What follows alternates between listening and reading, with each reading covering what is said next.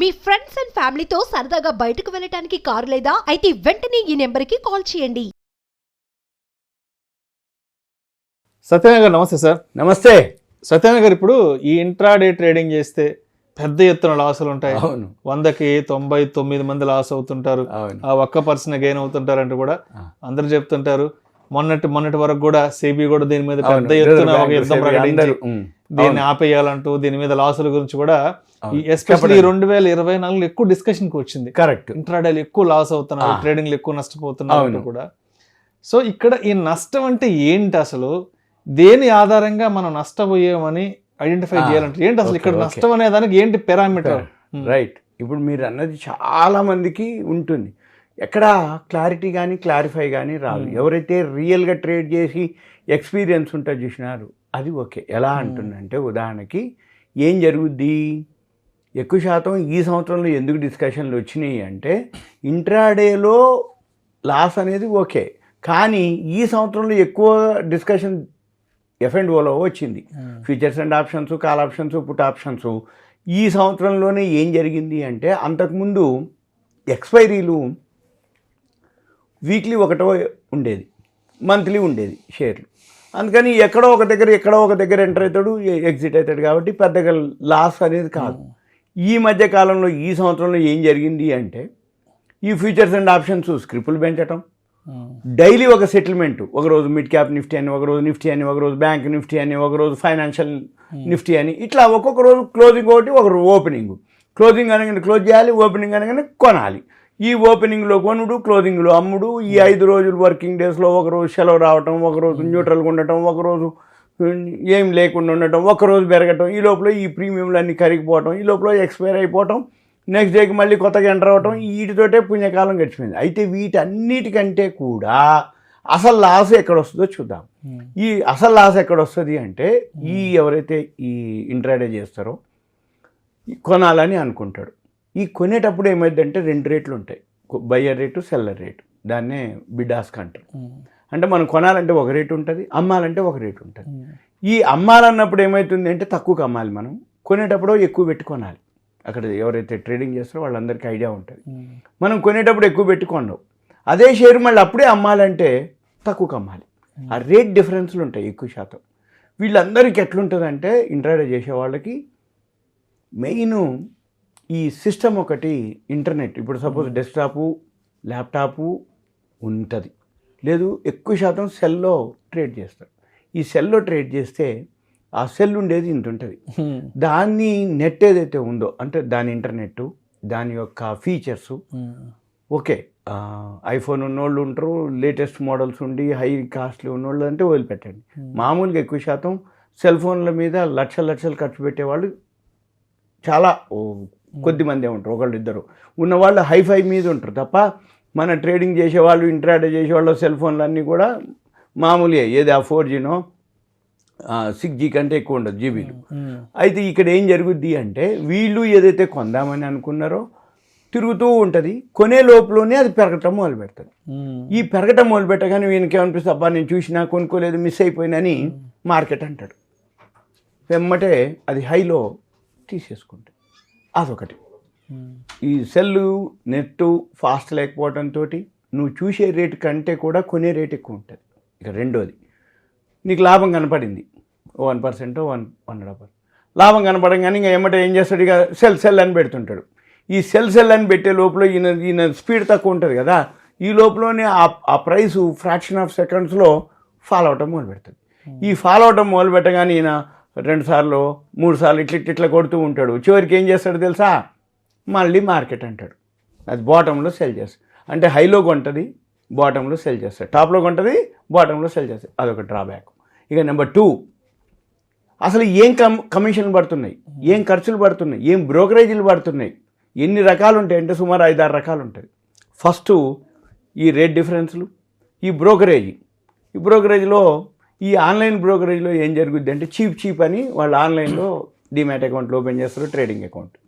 ఈ ఆన్లైన్లో ఏదైనా జరిగినప్పుడు ఇక మనిషి ఎదురుగుండడు, వాళ్ళకి చేయాలనగానే టోల్ ఫ్రీ అది అడుగుతుంది 1 2 3 నొక్కు 2 నొక్కు ఇంగ్లీషా తెలుగా తమిళం మలయాళం అంటారు. చివరికి ఈయనకు వచ్చేటప్పటికి అది 2 నిమిషాలు 3 నిమిషాలు గడిచిపోద్ది, డిస్కనెక్ట్ అయిపోద్ది.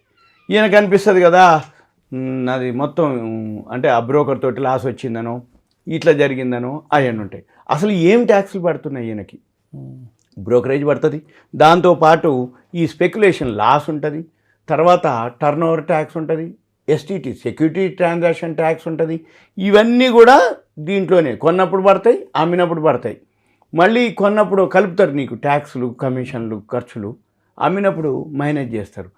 నువ్వు 100 లాభం వస్తే అంతకంటే ఎక్కువ ఈ కమిషన్లకి బ్రోకరేజీలకి లాస్ అయింది. చివరికి 3.5కి ఏమంటాడు తెలుసా, నేను ఈరోజు 1 కోటి చేసిన 2 కోట్లు చేసిన నాకు 3,000 లాభం వచ్చింది, కానీ ఎండ్ ఆఫ్ ద డే చూస్తే 200 300 చూపిస్తుంది అంటాడు. అంటే ఏం జరుగుతుంది, ఈయన చేసిన టర్న్ ఓవర్ కోట్లు చేసినప్పుడు ఈ రేట్ డిఫరెన్స్లు బ్రోకరేజీల కింద పోగా ఈయనకి మిగిలింది 300. అది 2,000 3,000 వస్తే కూడా ఈయనకి 300 400 మిగులుతాయి. కానీ పోయినప్పుడు ఏమవుతుంది తెలుసా, ఆ 2,000 3,000 అంటే ఈయన పొయ్యి కొట్టుకునేది 1000 అయితే ఈ ట్యాక్సుల మీద మళ్ళీ 1000 1,500 పోతుంది. ఓవరాల్గా ఏం చెప్తారు తెలుసా చివరికి ఇంట్రాడే చేసేవాళ్ళంతా, నేను చేసిన ట్యాక్స్ బ్రోకరేజ్ కనుక నాకు వచ్చిన చాలా పైసలు మిగిలేదురా అనేది ఒక పద్ధతి. రెండోది, నేను గనక చేస్తే ఆ బ్రోకర్ మొత్తం వానికే ఇచ్చేసినరా నేను, అంటే ఈయన కమిషన్ల కింద.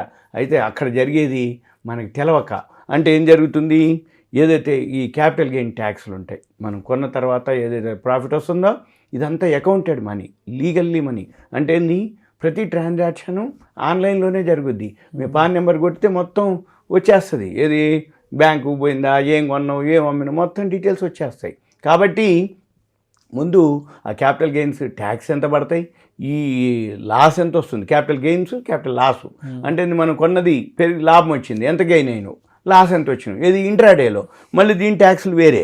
అయితే జనరల్గా ఏంటంటే వీటితో పాటుగా మనము మళ్ళీ షార్ట్ టర్మ్ ట్యాక్స్లు. షార్ట్ టర్మ్ అంటే చాలామంది ఏంది, ఐపీఓ కొన్నాం, ఐపీఓ అప్లై చేసినాం, నేనేమి చేయలే కదా, నేనేం లేదు కదా అనుకుంటారు. అవి కూడా మళ్ళీ ఇన్కమ్ ట్యాక్స్ రిటర్న్స్ ఫైల్ చేసేటప్పుడు నువ్వు ఎంత కొన్నావు, మార్చి 31కి అది ఎంత ధర ఉంది, దాని మీద కూడా మళ్ళీ షార్ట్ టర్మ్ ట్యాక్స్లు ఉంటాయి. ఇవన్నీ ఎవరు పట్టించుకుంటారు అంటే చిన్న ఇన్వెస్టర్లు పెద్దగా పట్టించుకోరు. నేను చేసే అమౌంట్ ఎంత, నేను చేసే ఇన్కమ్ ఎంత, నా చేసేది అంటారు. కానీ కాకపోతే మంచి సీఏకి అప్పచెప్పి ఇవన్నీ కూడా చేయించుకుంటే ఉత్తరోత్తర రేపు ఏది ప్రాబ్లం లేకుండా ఉండే.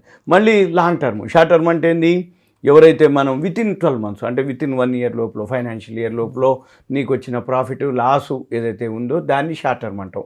అంటే ఏంది, ఇంట్రాడే ఒక వర్షన్, షార్ట్ టర్మ్ అంటే వితిన్ 1 year లోపు, లాంగ్ టర్మ్ అంటే మనం ఎప్పటి నుంచో కొన్ని షేర్లు ఉండి ఉంటాయి, అవి కొన్ని ఉంటాం, అవి కూడా లాంగ్ టర్మ్ క్యాపిటల్ గెయిన్స్. ఇవన్నీ మనం ఏం చేయాలంటే దాని కింద ఒక్కొక్కటి మారుతూ ఉంటుంది. ఇప్పుడు ప్రజెంట్ అయితే ఇది మన కాడున్న డేటా అయితే ఓల్డ్ డేటా. అయితే ఇప్పుడు మనం దీని గురించి ఎక్కువ చెప్పం, ఎందుకంటే ఇంకొక నెల అయిపోతే మళ్ళీ ఇప్పుడు February 1కి బడ్జెట్ వస్తుంది.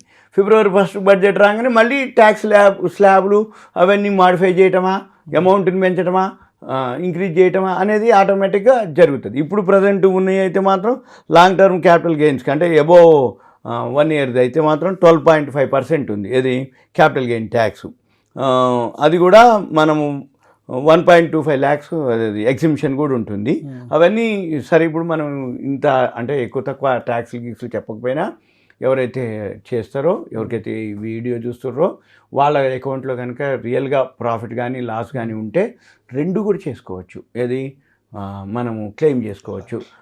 ఎవరైతే సీఏ దగ్గరికి వెళ్ళి ఇవన్నీ చెప్తే ఆయన ఎక్స్ప్లెయిన్ చేస్తే దాన్ని బట్టి మనము ఇంట్రాడేలో ఏమేం చేసిండు, వితిన్ 1 year లోపల ప్రాఫిట్ ఎంత వచ్చింది, లాస్ట్ ఇయర్ ఏమున్నాయి, అవన్నీ సార్టింగ్ చేయాలి. సార్టింగ్ చేసి అప్పుడు దాని యొక్క ఉంటుంది. అయితే మళ్ళీ ఈ ట్యాక్స్ ఎగ్జిబిషన్ కోసానికి మినహాయింపులు ఉంటాయి. ఏది ఇన్సూరెన్స్లు అనుకోండి, లేకపోతే హెల్త్కి సంబంధించిన ఏవైతే స్కీమ్స్ కానీ, పిఎఫ్లో కానీ, లేకపోతే ప్రావిడెంట్ ఫండ్ అట్లాంటి ఇన్వెస్ట్మెంట్స్ ఉంటాయి.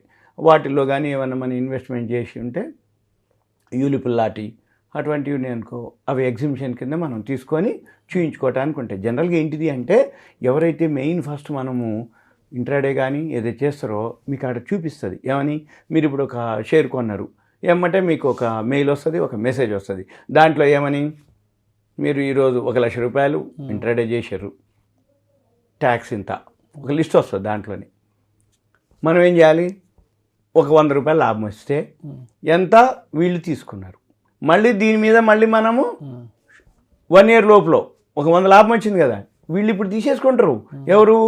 మన బ్రోకింగ్ ఫర్ములు, ఎస్టీటీలు అవన్నీ తీసేసుకుంటారు. ఈయన ఏమనుకుంటాడంటే ఇంక ఇప్పుడే తీసేసుకుంది కదా, ఇంక నేను ఇన్కమ్ ట్యాక్స్ కట్టకూడదు, కట్టేది లేదనుకుంటాడు. కాదు, ఈ లెక్కే ఆ లెక్కే. కాబట్టి మనం ఏం చేయాలి, ఇది చూసుకొని ఒక ఐడియాకి, అంటే సపోజ్ ఇప్పుడు ఒక 100 రూపాయలు లాభం వచ్చింది, మనకు 10, 15, 20 పోయింది అంటే నెక్స్ట్ మనము ఒక 100 లాభం రావాలి అంటే ఎంత వస్తే మనం 100 మిగులుతుంది, అవి చూసుకొని అదొకటి చేయాలి. ఇక రెండోది ఏంటి, దీంతో పాటు చిన్న కొంచెం ఎవరైనా సీనియర్స్ని కానీ ఎవరైనా ఎక్స్పీరియన్స్డ్ పర్సన్స్ని కానీ వాళ్ళని లేదు ఎవరైనా ఒక సిఎని పెట్టుకోవాలి.